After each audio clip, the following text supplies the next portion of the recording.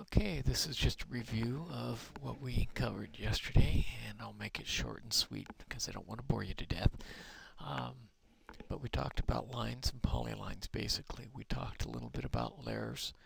We'll talk more about that later.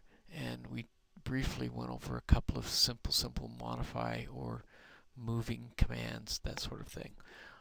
We also talked about the status line, and let me point out the status line below the command line. We can see the location of our cursor. We can also put in grid dots for viewing and to help us track. These are all modals. We didn't talk about this one, but this is for ortho, so you can only draw lines that are straight, either up and down or vertical, horizontal or vertical. And so we had all these tools we talked about. We also talked about how you can right mouse button click and turn these on. I don't want to enable them by going outside the zone. By hitting that and finding the zoning, right mouse button click, going to drafting settings, and then you can set all these up however you want, dynamic input and how you want to look and feel for your particular environment that you like to draft in. So those are just niceties. We also talked about a little bit about the difference between model and paper space. Model space is one-to-one, it's real. Whereas in paper space, that's where we start playing with our paper scales. We talked about the scales over here of what we call viewports. Viewports allow you to have more than one window in a drawing session. You can use these both inside model and paper space.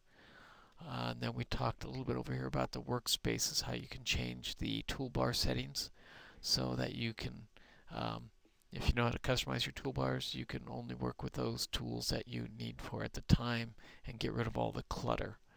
And then we talked about layers as well. So without going into a lot of detail about any of that, I'll draw a couple of lines just to remind you about how you can draw a line. So typically when you draw a line, you can go up here and use one of the icons off the pull down. You can do that, or you could type L at the command line.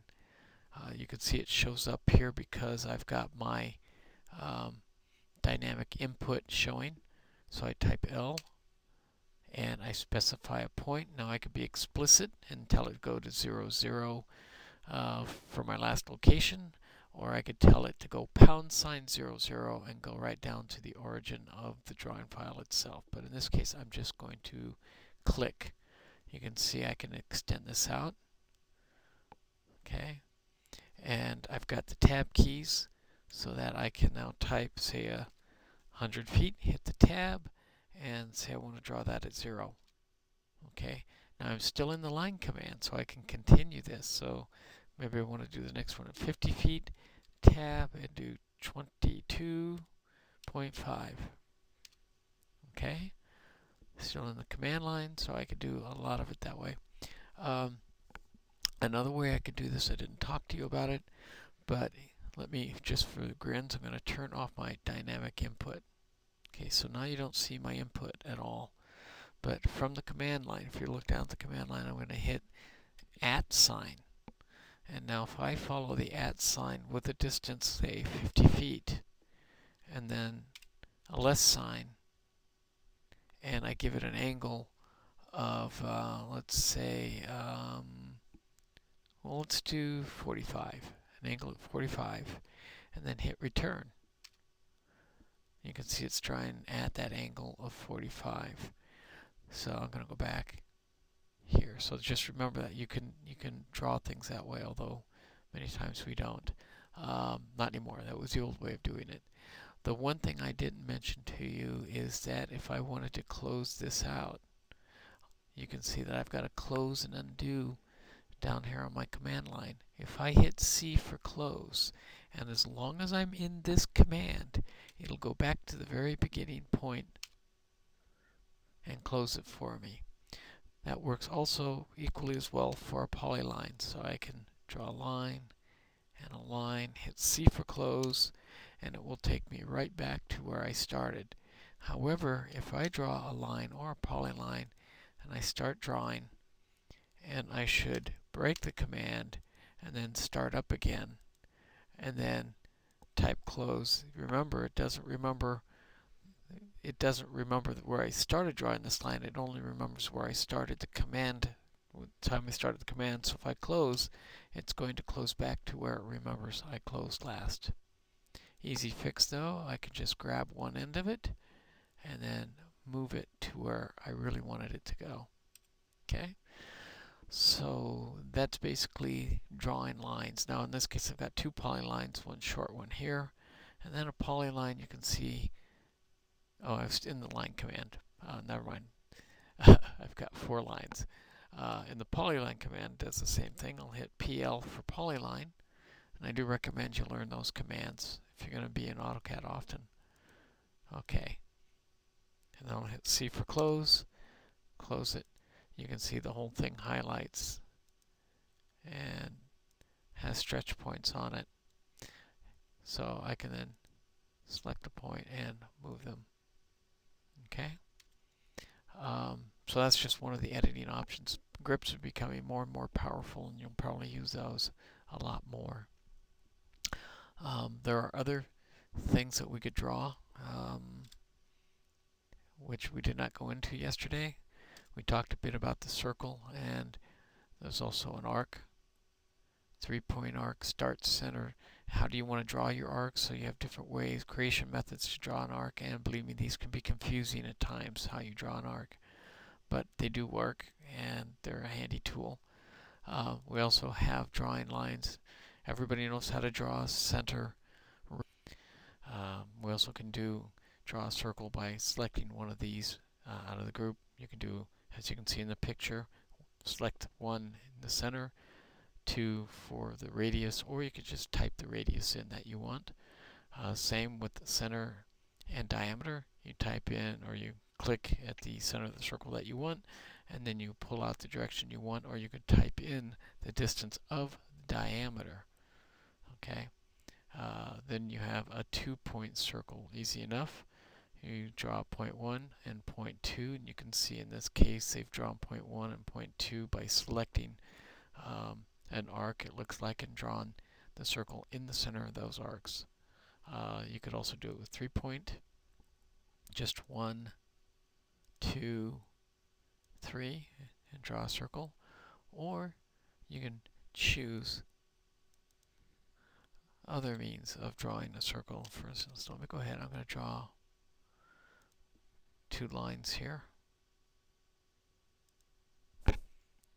Enter.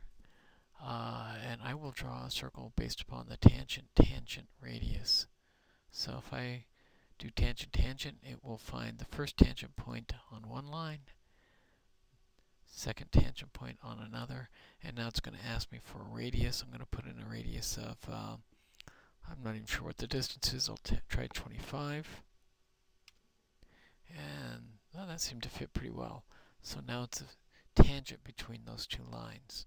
Another way of drawing a circle is by, let's say, 3 lines. Let me put another line down here.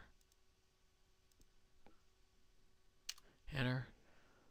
And the very last pick on this is tangent. So I want to make a circle that's tangent to all 3 lines. So I just touch the 3 lines, and it automatically throws that in.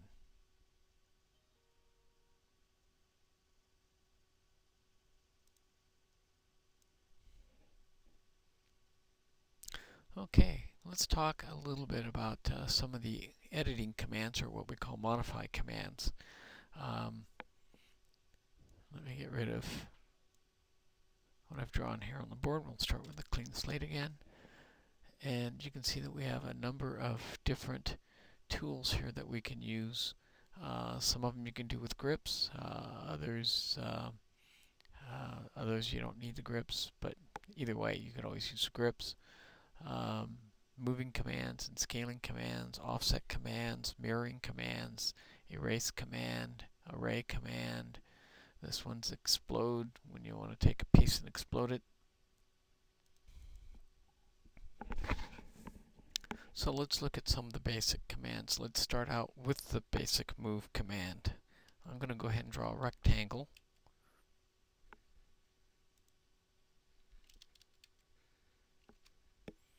And by the way, there's two ways of drawing a rectangle. Of course, I could have picked it up off here, but I'm just going to draw a point, and I can just come out to a second point and click, or I can give it an XY. So let me give it an XY. We'll give it an X of 60, and I can hit a comma or the tab key, and I will give it a Y of 50. So there, I've drawn a rectangle. With this rectangle now, to move it, basically two ways I can do it. One, I can select it and put the grips on it, and once I've done that, I can go back, hover on top of it, hold down my cursor, it disappears briefly. I get this little square on my cursor, and I can just drag it to where I want. So again, highlight it and move it back. Or I can go into the move command. Now I can use it from up here and hit move. I normally just hit M from the command line and hit enter. Select the objects that I want to move. When I'm done, hit enter again. Select a point to move from and move. Now sometimes we want to be very explicit about where we're moving objects. And let me draw a line here and I'll show you what I mean. I'm going to go ahead and go into the move command again. I'm going to select the object that I want, hit enter, and now I'm going to type track right in the middle of my command. And now what that's done is suspend my first command, and now I'm in what's called a tracking command. What tracking allows me to do is to navigate myself without drawing a line to some other point on the screen. And when you're moving an object, say like a desk or a chair, and you want to make sure it's 6 inches off the wall, this is something you might want to use. So now I'm in the tracking command, and I've got to select where do I want my tracking point to begin. Well, I'm going to hold down my shift key. I am going to then find midpoint. I'm going to find the midpoint of the top of the polyline here. And then I'm going to pull straight up, and I'm going to punch in the letter, let's say 10. And now that I've done that, you can see there's my new track point. If I want to track even further, I can keep doing it, or at this point I can hit enter again, and now I'm back into my move command. And I'm going to move that, and I'm going to, let's move it off the end over there, right there. Move it off the end point of that line. So I know that I'm 10 feet off that line, or 10 meters, or 10 whatever units I want to call it at this point in time. So that's basically how that works. So that's the move command. Very basic, very simple. A lot of times we'll use a command, we'll use that command with another command, or have different ways of working with tools together, like a move command and say scale at the same time. There are other commands that aren't up here on the board. I can show it to you later, that will allow you to do a move and rotate at the same time.